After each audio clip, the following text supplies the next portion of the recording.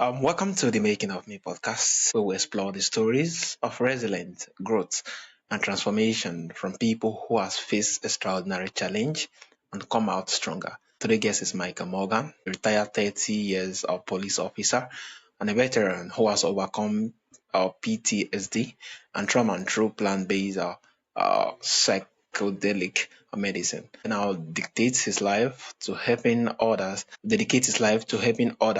first responder and veteran navigate their own struggles, showing that vulnerability is a true sign of strength. It's really a pleasure to have you on the show, Michael. Thank you very much for having me. It's an honor to be here. Yeah, thank you. So, Michael, what were some of the moments or challenges that shape you into who you have become today? It's a great question. It's probably changed in the past week. I actually just got back from Mexico. I Yeah. went to Ambio Life Sciences, which is probably the world's leading ibogaine provider, and I just had a very challenging journey. Did ibogaine and 5-MeO DMT. So I attributed a lot of my trauma to my police career, but in actuality, I think most of it has to do with my childhood. And I was brought up with from a very stern father.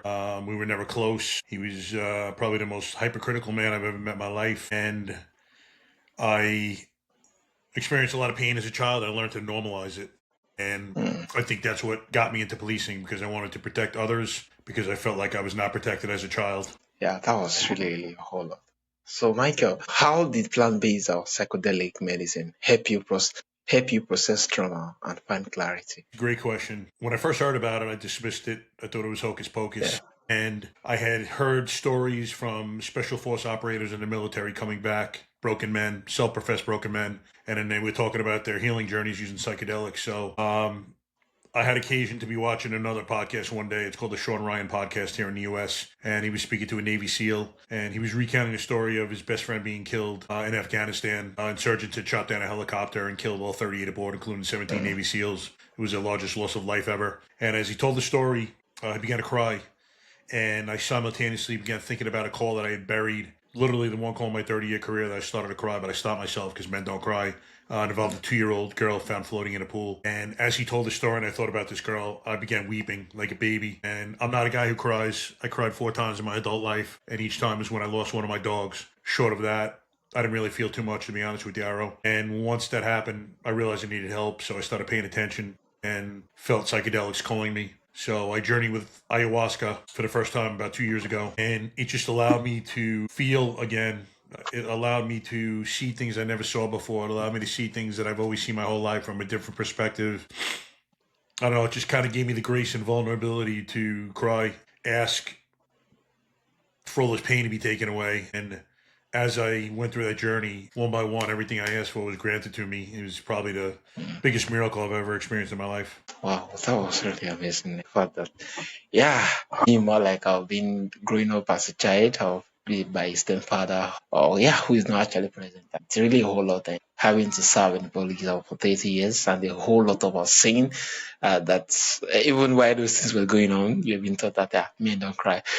The whole lot being that you don't get to express emotion, having to go through this and see that you could actually more like cope with. Yeah, it's really a whole lot. So why do you believe vulnerability is such a critical part of healing, especially for men in high stress profession? Well, if we don't allow ourselves to be vulnerable, we can't be honest with ourselves, number one. I remember looking in the mirror, one of my best friends committed suicide, and I was so sad, but I couldn't even cry.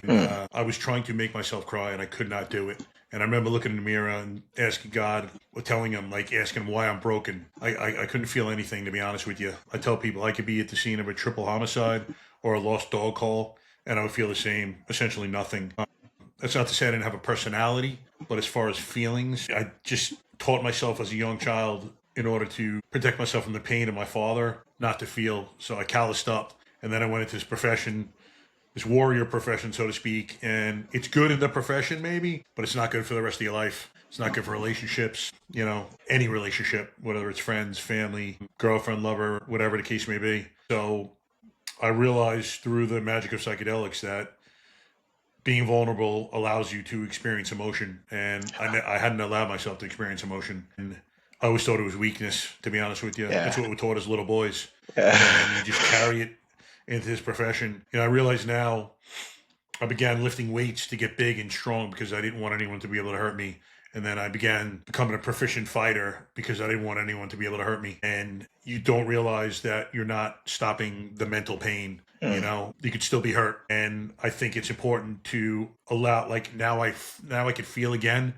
And sometimes you're going to go through pain. That's what life's all about. But you need to experience it. You can't dunk it. You can't use substances to dull it. You know, life is beautiful. You have to feel every emotion on that wheel, though, not just anger. And that's the only emotion I was allowing myself to feel. Yeah, yeah, amazing. I think especially when you make reference of, yeah, if you don't allow yourself to be vulnerable, you can't be honest with yourself. Yeah, it's really a whole lot being that what you are feeling with what you are accepting and what you're actually more like willing to express. And yeah, the dissonance being that they are disconnected from each other until you become more like being able to open up. And yeah, when you get to express it out, the more healing comes into it. Yeah, it's really amazing. So many first responder and our veterans struggle silently. What will you say to someone hesitant to open up? Good question. One, give yourself grace. Mm. You know, you've gone through, most of us, and I didn't realize this in my entire 30-year career, most of us have been wounded as children. That's what propelled Mm. us into these careers originally. I now realize I went into that career to protect others because I was so wounded. Yeah. What we like to do is not normal. You know, we're running into the fire and everyone else is running away from it, and we love it. But something has got to start that fire Mm. within you. And for most of us, it's childhood pain, childhood trauma. I have a podcast myself. I've interviewed so many Navy SEALs, Green Berets, Special Force guys, and almost to a man, everyone has had traumatic childhoods. So be honest with yourself. You know, if you experience that pain as a child, in some respects, you stop growing at that point. You have to heal from that. I don't care Yeah. how old you become. I don't care how fierce you become. Until you heal that wound, you're going to be that wounded man. And a wounded man is dangerous, to be honest with you. So allow yourself to feel that pain.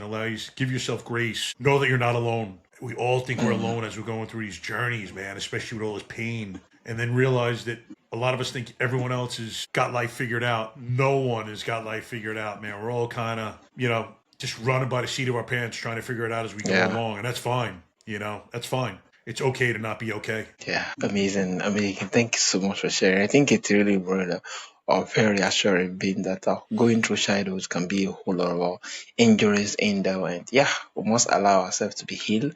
But actually, more like getting to revisit it again, despite it might be very, very big. And it's through revisiting again, we get to get healed from it, other than taking the injuries all along. And it's reassuring to, yeah, give yourself grace. Or be honest with yourself. Know that you are not alone. And yeah, no one in life have it all figured out. Yeah, this is really reassuring and amazing. Thank you so much for sharing. So, how Thank you. did your background as a police officer influence the way you approach your mental health journey? I mean, I think in some respects, it blocked me from getting help at first. I didn't realize, you know, I always try to be stoic and not feel pain, and so once I retired and I had all this time to think, all that anger that I had that was channeled into my career kind of turned back inward towards me. Mm. And then I had no purpose, or I felt I had no purpose. It's funny too because I have a master's degree from Boston University. I was planning on teaching in college. I'm a certified gun instructor, so I had plans after retirement. But once I retired, I felt like I had no purpose. And you feel in your police career, people always looking to you to help them, and I no longer had that. So I almost had to overcome that as a result of my career. And then with the help of the psychedelics, again, I realized the vulnerability portion and I realized the importance of being able to feel and talk. You know, I kept everything inside. I Yeah. was so closed emotionally. You know, my emotional IQ was so low. Again, I responded like anger was my go-to emotion because I didn't want Mm. to feel the pain. And anger is the easiest emotion to feel. You know, you're able to lash out and you Yeah. feel stronger when in fact you're weak. You know, it's the men who raise their hand and ask for help. That's a sign of actual Yeah. strength. Anyone can bury their problems. Anyone can use substances. Anyone can be a domestic abuser or, you know, abuse friends or, you know, whatever the case may be. Just be nasty. You know, it's the true strength that it takes to heal and realize that you need help and raise your hand and ask for help. Yeah. Amazing. Amazing. Thank you so much for sharing. Yeah. Yeah. It's true strength to actually raise your hand and ask for help. Yeah. Amazing. Thank you so much for sharing. There's really a whole lot in there.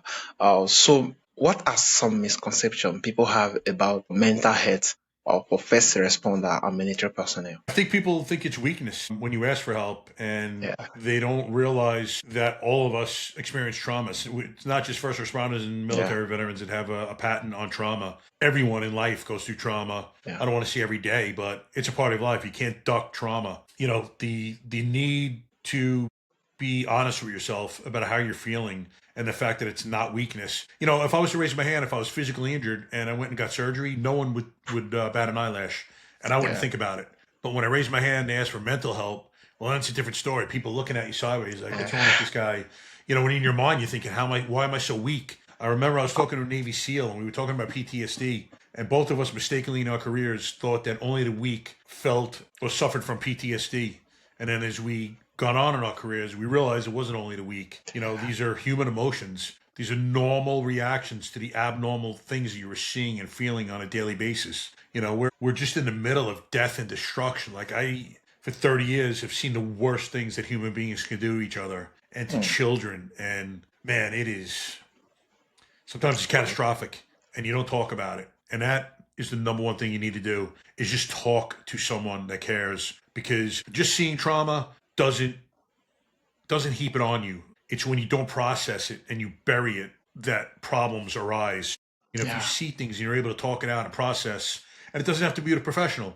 You know, you and I could be best friends, and I know yeah, you're an empath and you're listening to me and you care. Just by me telling you what I saw, what I went through, most of the time will just kind of let me release it. yeah. But it's when you internalize it and you keep it in and you think about it over and over, it's a vicious cycle. That's when it becomes destructive. Yeah, amazing. I think this is really lovely. I mean that, yeah, in sharing, we get our sanity and we get to kind of seeing things different other than just taking it in without sharing anything at all. Because at the end of the day, it makes it so much. The only way to latch it out is through anger and different kind of our mental issues. Yeah, it's really amazing. So, how do you balance sharing your stories authentically while maintaining boundaries and personal strength? While maintaining boundaries. And personal strength. Good question. I don't know. I don't know if I have too many boundaries anymore. I'm an open book.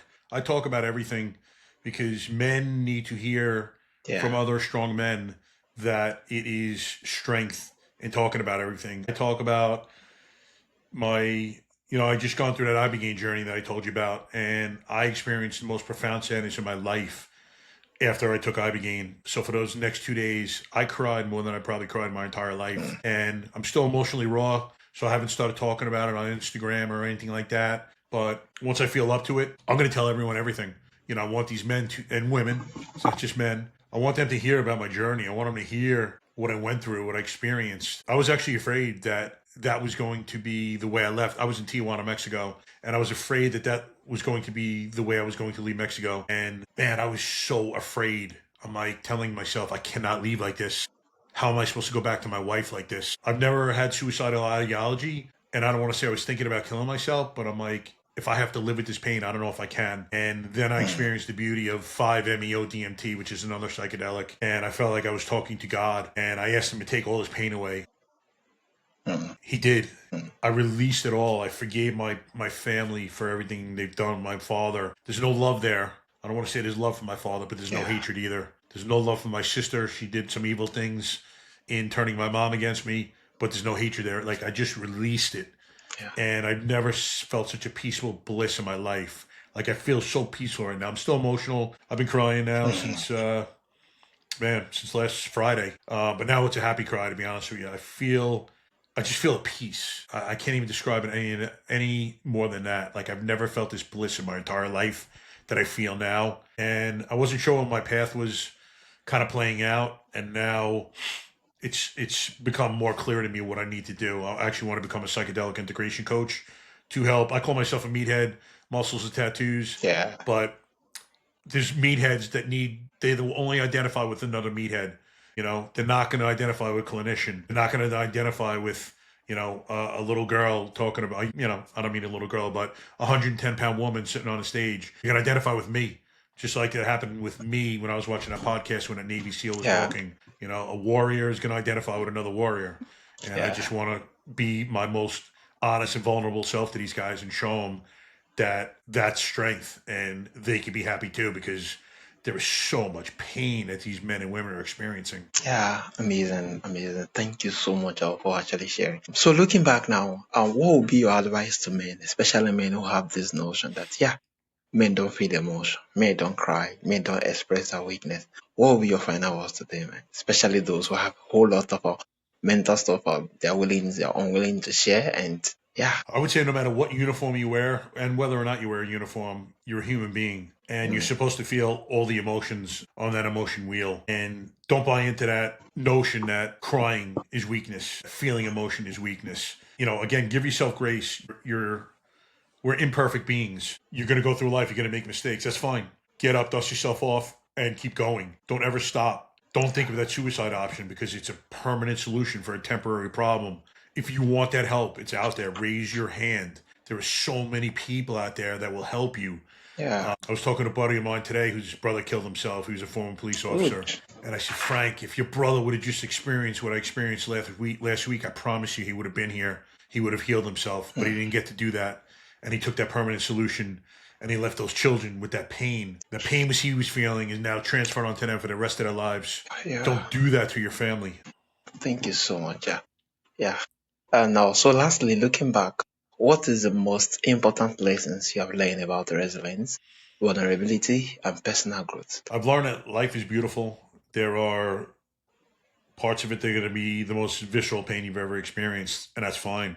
Go through the pain. There's probably lessons to be learned. If you don't learn them at first, in fact, when I spoke about the 2-year-old found floating in a pool, I started crying on that call. It's probably the most painful call in my life. 5 years later, I realized that I was supposed to be at that call at her house. Hmm. The universe put me there. If I hadn't thought about her, I don't know if this entire healing journey would have started. I wrote a 4-page letter to her family when I first started this healing journey about everything that I had gone through. And I told them that their daughter is going to be saving lives through me now.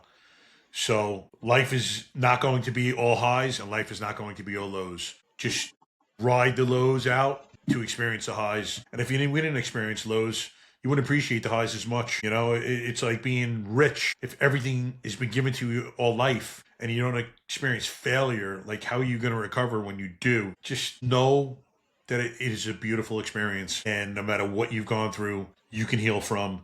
Just be honest with yourself, be honest with your Yeah. loved ones, and, you know, do the best you can. You know, you're not going to be perfect. Just give yourself grace. Yeah, amazing. Thank you so much. This is really amazing and very reassuring that, yeah, no matter what you've gone through, no matter what, how demanding it must be, you can actually get healed. Other than making a permanent decision, then taking your life, yeah, you could actually more like get healed from it. And it's really amazing. Thank you so much, Michael. For my audience who would love to reach out to you, where's the best platform? Yes, so they could reach out to me on my website, which is theresilientwarriornation.com. They could get me on Instagram. It's the Resilient Warrior 5. Answer every DM I get. And really, through those two, everything else. I have a podcast also called the Resilient Warrior Nation on YouTube and all non-video platforms. So any of those three, and they will assuredly get me. Yeah, thank you so much, Michael. Thank you. Your story is powerful and remind that healing doesn't make you weak; it makes you stronger. By embracing vulnerability, seeking support, and exploring new path to recovery, even the most resilient individual can reclaim their life and their purpose. And it's really a pleasure and an honor having you on the show. And for my audience who would love to reach out, definitely the link to reach out to him is going to be on the show notes. Yeah, once again, it's a pleasure and an honor have you on the Thank show, you. It's Michael. my pleasure. Thank you so much.